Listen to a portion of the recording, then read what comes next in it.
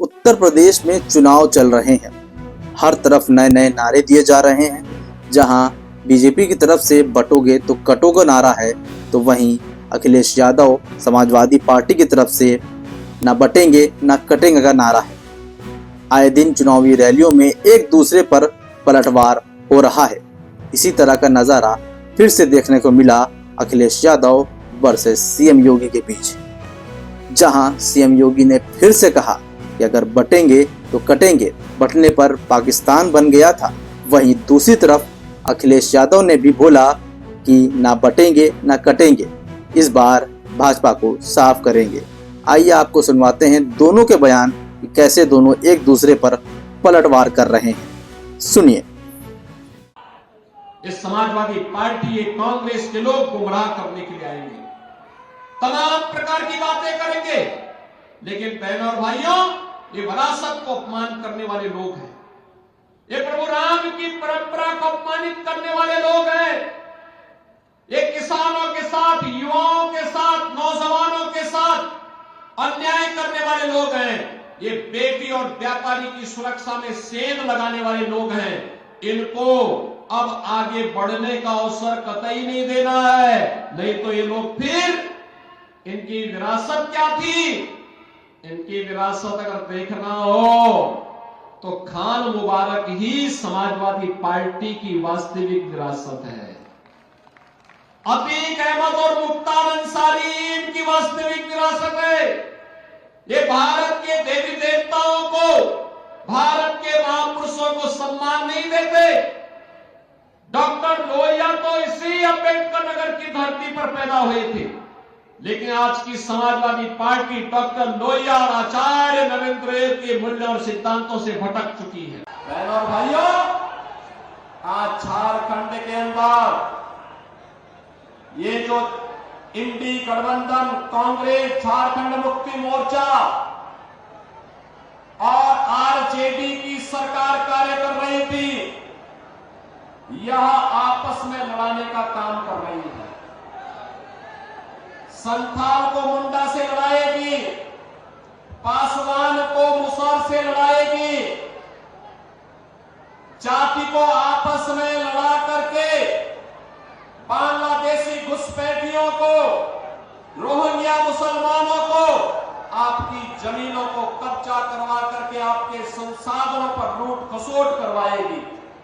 और इसीलिए तो मैं आपसे बार बार कह रहा हूं, बटे थे बहनों और भाइयों तो अयोध्या का अपमान झेलना पड़ा था। बटे थे तो पाकिस्तान और बांग्लादेश बन गया। बटे थे तो काशी में अपमान झेलना पड़ा था। बटे थे तो बहन बेटियों की इज्जत के साथ खिलवाड़ हुआ था। इसलिए बटे थे तो कटे थे,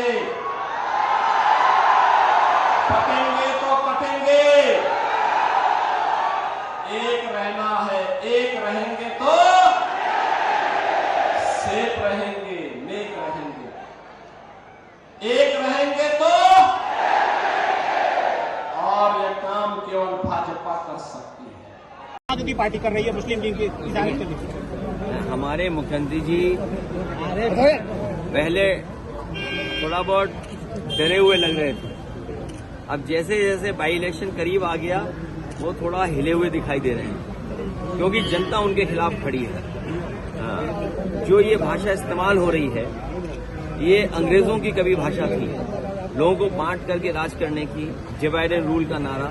वही लोग इस तरह का नारा दे रहे हैं, वही इस तरह की ये भाव रख रहे हैं, भावना रख रहे हैं। हमें तो उम्मीद उनसे अच्छे विचारों की है। उनके विचार कैसे हैं? हमारे यहाँ संत महापुरुष चुप रहते हैं, लेकिन ये तो सब उल्टा पुल्टा है। हमारे महापुरुष संत जो हैं, खासकर हमारे मुख्यमंत्री जी, बोल ज्यादा रहे हैं। इसलिए वस्त्र से नहीं, विचार से आप संत हो सकते हैं। और फिर इस तरह की भाषा का इस्तेमाल करना, समाज का सौहार्द, समाज जुड़ेगा और इनको हराएंगे। पीडीए से घबराए हुए हैं, पीडीए की घबराहट है, इसकी वजह से इस तरह की बात कर रहे हैं। सर, मथुरा में पत्रकार पर हमला होता हो, ये केवल मथुरा में नहीं, जालौन में कपड़े उतार दिए थे। और मैं नहीं जानता, मुझे नहीं कहना चाहिए, आप में से ही बहुत सारे लोग सब वो ही हैं जो समाजवादी का समर्थन करते हैं। अगर सरकार के खिलाफ न्यूज चला दो तो कभी एसओ का फोन आता होगा, कभी कोई बड़े अधिकारियों का फोन आता होगा। इसलिए भी आप सावधान रह करके हमारी मदद करें। अपने इंटरनल सर्वे में ये हार रहे थे और उसके बाद 13 तारीख जो चुनाव की आई थी, जिसमें अन्य उपचुनाव हो रहे थे, जो लोग छुट्टी पे आए थे, जो लोग बाहर रह रहे थे, वो त्योहारों पे छुट्टी पे आए थे और वो मन बना लिए थे कि 13 तारीख को भारतीय जनता पार्टी को हरा करके वापस जाएंगे काम पर रोजगार को लेकर। इस बात की भनक भारतीय जनता पार्टी को पड़ गई, इसीलिए 13 तारीख से चुनाव इन्होंने 20 तारीख को टाल दिए। जो लोग टालेंगे वो चुनाव हारेंगे। बुनियादी सवाल वही है, आज भी खाद नहीं है, डीएपी नहीं है, किसान के धान तैयार पैदावार की कीमत नहीं दे पाए, अगली फसल की कोई तैयारी नहीं है, बिजली उतनी ही महंगी है, नौकरी रोजगार को लेकर के धरना पे बैठना पड़ रहा है। और सोचिए पढ़े लिखे नौजवान धरने पे बैठे हों, सरकार को अंतोगत्वा पीछे हटना पड़ा। जो लोग दावा करते थे कि 1 इलेक्शन 1 नेशन, वो बताओ चुनाव नहीं, वो इलेक्शन तो करने का दावा करते हैं लेकिन परीक्षा नहीं करा पा रहे। और वहीं अगर आपको याद हो, इन्होंने दावा किया था रिकॉर्ड परीक्षा कराएंगे। जो रिकॉर्ड परीक्षा हुई थी उसमें 30% बच्चों की परीक्षा छूट गई थी, क्वेश्चन पेपर उनके झूठे आए।